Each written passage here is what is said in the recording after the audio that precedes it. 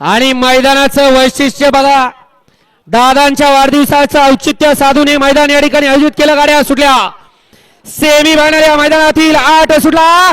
8 मध्ये सुंदर अशी लढत चालू. 5 गाड्या आणि 5 गाड्यामध्ये रणसंग्राम पाहायला मिळतोय. कोण होतंय शेवटच्या सेमीमध्ये फायनल साठी पात्र.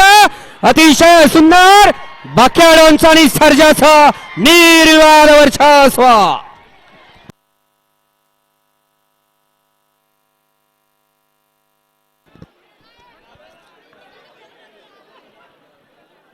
लढत झाली.